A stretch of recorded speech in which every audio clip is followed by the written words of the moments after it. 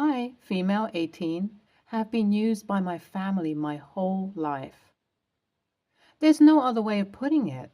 My dad and my stepmom have systematically tried to break me down so that I would never achieve my full potential and be around to help them deal with their shit. It took me a long time to come to terms with that, and even writing that down on a Reddit post makes me feel empowered. For a long time, I was never able to blame them or give them responsibility for my troubles, but I have been able to escape their narcissistic claws. Now, the problem is that even though I'm not dependent on them, they're coming after me for money and are threatening to ruin the lives of the people who took me in unless I send them money. How do I react to this?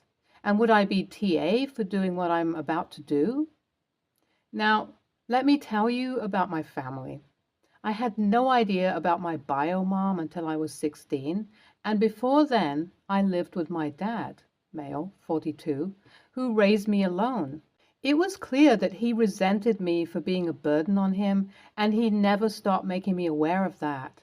He later met and married my stepmom, Susie, female, 45, when I was 10, and she already had a daughter named Stella, female, 23. Susie was always distant to me, and from what I can make out, she wasn't a great mom to Stella either. My stepsister used to spend entire weeks away from home partying and hanging out with her friends, and it didn't bother Susie at all. In the meanwhile, I was basically a ghost at home, since my dad and his wife spent a lot of time together and neglected to spend any group time with me.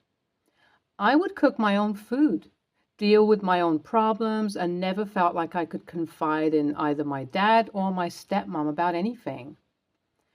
Stella got married at 18 to her boyfriend, Terrence, who was living out of his mom's basement and working at the local gas station. It was a really dumb move, but for Stella, it meant that she could get out of the house and be free from her mom. I never really formed much of a relationship with her. As for my bio mom, she showed up on our doorstep when I was 16 and wanted to make amends. My dad wanted nothing to do with her, and I was honestly in the same boat for 6 months. But in all this time, life at home was getting steadily more unbearable. My dad and stepmom were not only using me to do an obscene amount of work around the house, but they also felt entitled to any money I made working part-time jobs since I had made a savings account with my dad as the guardian. Eventually, I just started hoarding my money in cash, and that worked for a while until they found my stash and went off on me for being ungrateful and spoiled. I was apparently not doing my part for the family by wanting to keep some money for myself. I began reconnecting with my bio mom as she had moved into town, and I realized she was a much nicer and kinder person than the adults I was used to. She was racked with guilt for abandoning me as a child, and I'm still working through all of that with her. But what's relevant to this story is that she opened her home to me when I had the guts to tell her about the kind of treatment I was getting at home from my dad and stepmom. Just 6 months after getting to know about the existence of my bio mom, I was living with her, and it was miles better than the kind of life I had previously. I was fully able to realize my potential as my grades skyrocketed and my mom helped me cover a lot of the extra stuff in school that I had previously been denied by my dad. Things like a laptop for studies or even going on a field trip were completely new experiences to me at the age of 16.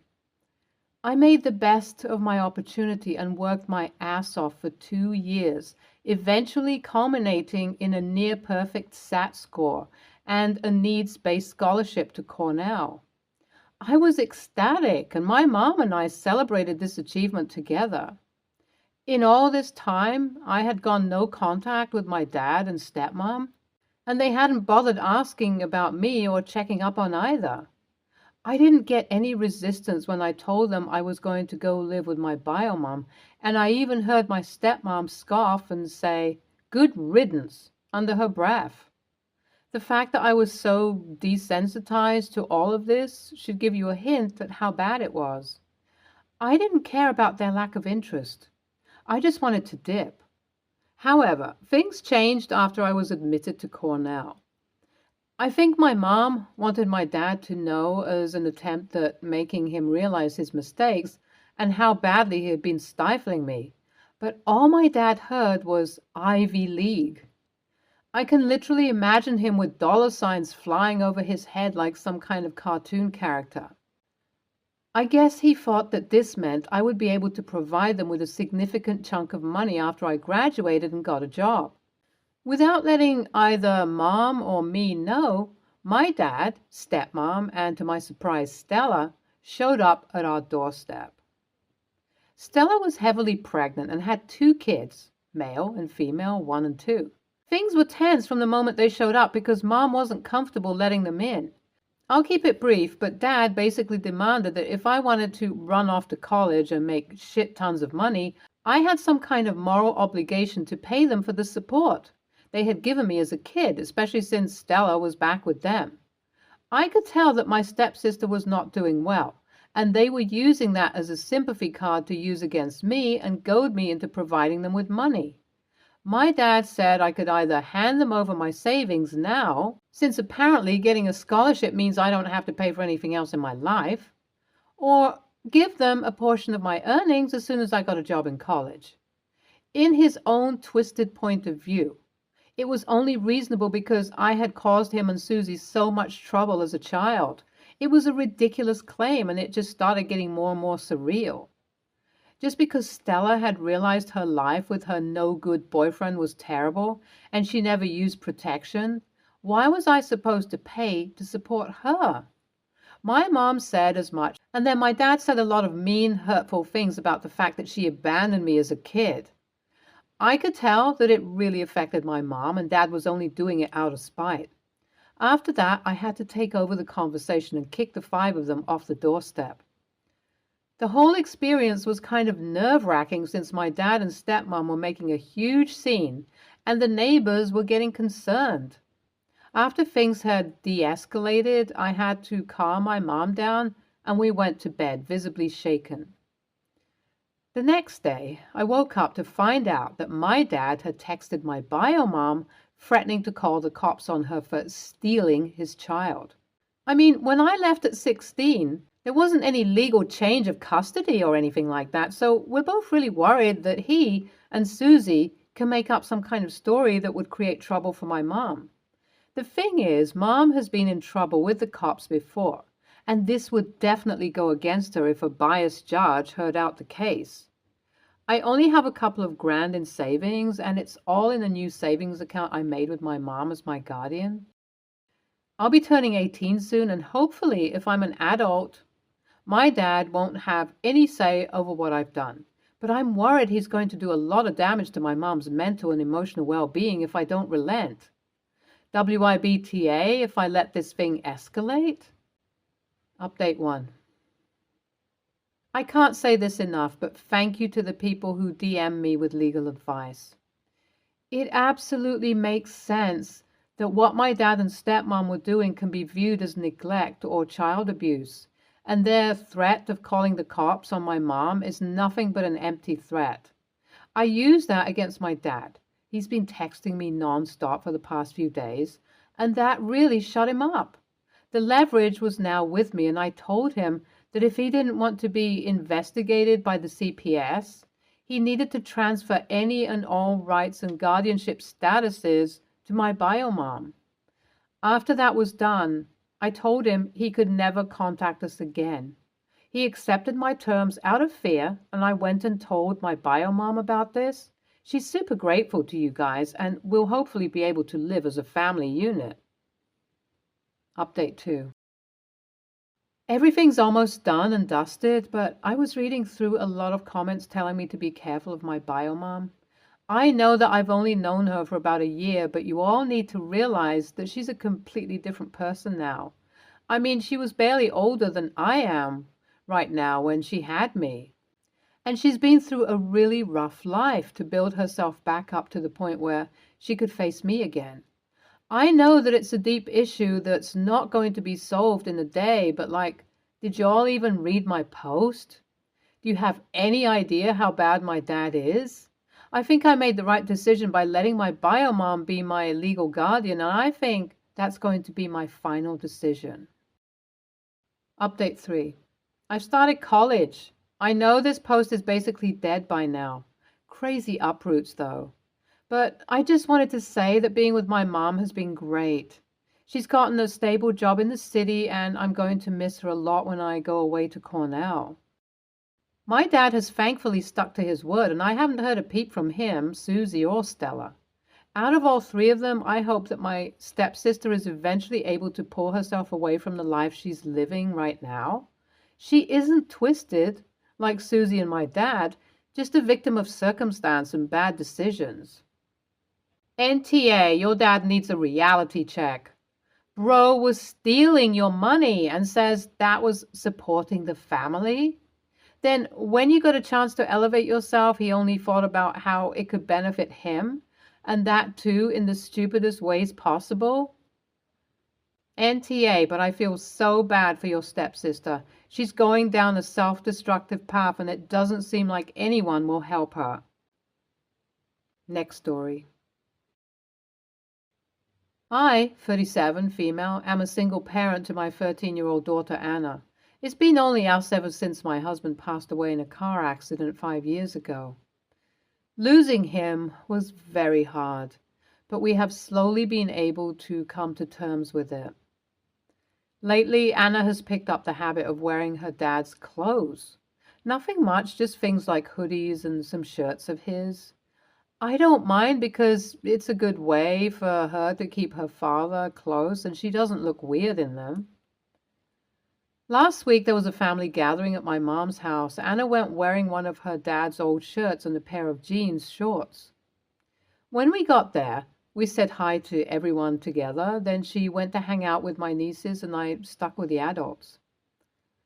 While I was talking to my sister, one of my cousins, Beatrice, 45, female, decided to butt in the conversation to talk about the way Anna was dressed. Beatrice is, for the lack of better terms, a bitch that uses her religion as a way to mind other people's business, so that did not surprise me, but it still annoyed me.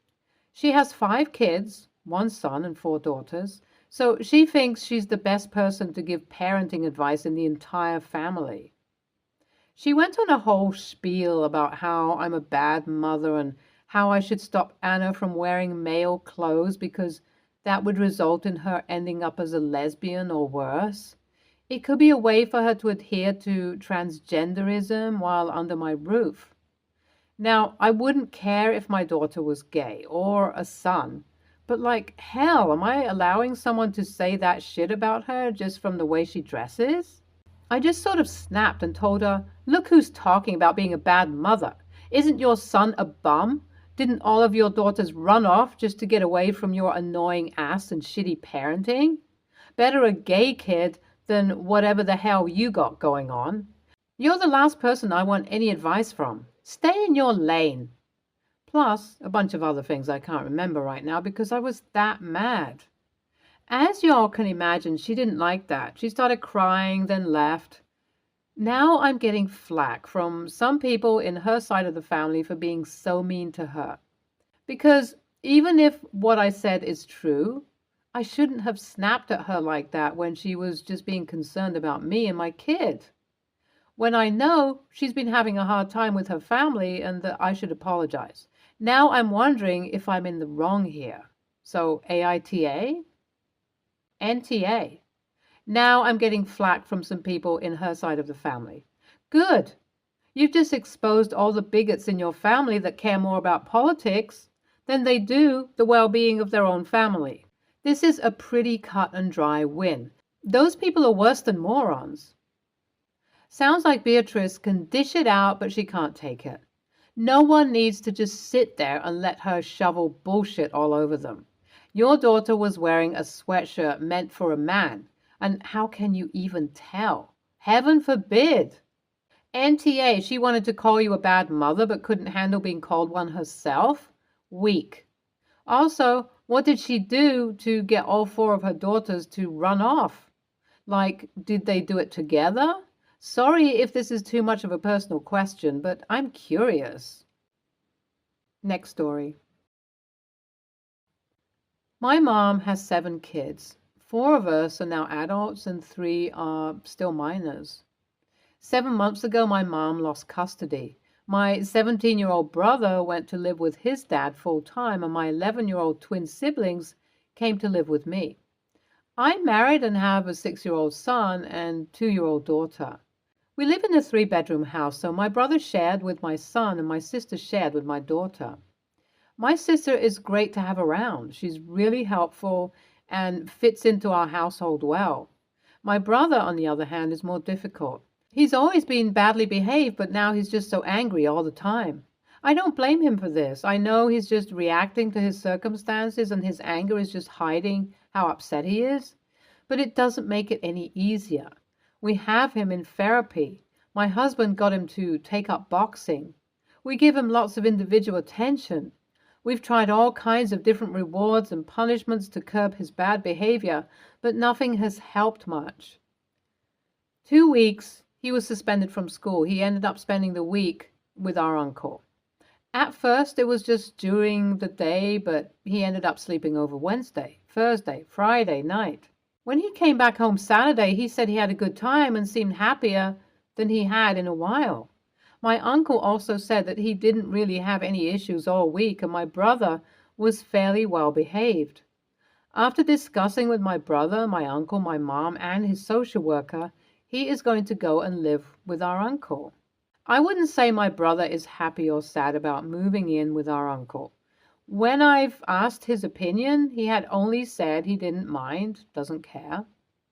My older brother thinks I'm an ass for separating the twins and that whoever they live with, they should be together. He has even offered to take both of them, but I know my sister wouldn't like that because our brother has 6 sons and no daughters. I also think it would be a bad idea because he already has 6 kids, and right now the twins need a lot of individual attention. Despite feeling like I'm doing the right thing for my brother, I'm still feeling a lot of guilt for being someone else who is abandoning him and pawning off to another family member. AITA? NTA, your little brother seems happier with his uncle, and maybe living in a quieter environment will help him find healthier outlets for the anger he's feeling. I don't think it's bad that the twins aren't going to live together for now. And it's not like he's going into foster care or being abandoned altogether. Keep in touch with him. Set up play dates or invite him over for dinner so he can still see you and his twin sister. And make sure he knows that you love him, want him to be happy, and that if things don't work out with his uncle, he's always got a place to stay with you. Also, just want to say kudos to you for caring so much. I imagine it hasn't been easy dealing with all of this, and it's clear that you really care about your younger siblings and want them to be okay. NTA, it sounds like your 11-year-old brother needs the individualized time and attention right now. As long as there are plenty of opportunities for him and your 11-year-old sister, and you and the other siblings, to spend time together, I don't see a problem with this. Keep the lines of communication with your 11-year-old brother open. Make sure you still check in with him one-on-one in person regularly. And make sure that he knows he's welcome back at your house if he ever wants that. I think you and your uncle need to be prepared for some of the behavioral issues to resurface once this new living arrangement is permanent rather than temporary. Kids react differently in different situations. How he acts as a guest at his uncle's might be different than how he acts when he's home. Also, don't see this as giving up on your brother. You are trying to find the best possible living situation for him and have acknowledged that that may not be with you. You are only giving up on him if you don't work to maintain a relationship with him when he's no longer under your roof. NTA, it's a tough situation. You want to do what's best for everyone, which includes your own children, in addition to your sister and brother. It is very stressful for the entire family when you're living with an angry, troubled teen. You're using positive reinforcement. And your brother is in therapy, so you're using good strategies. However, your brother did behave better with his uncle and doesn't seem to have strong feelings against going to live with him. I'd say try it and see how it works out. Assure your brother he can come back to your home if he wants, and make sure he has as much contact with his sister as they want. Therapy is crucial. I hope it works out for everyone. Stay tuned for more stories from our girl relationships.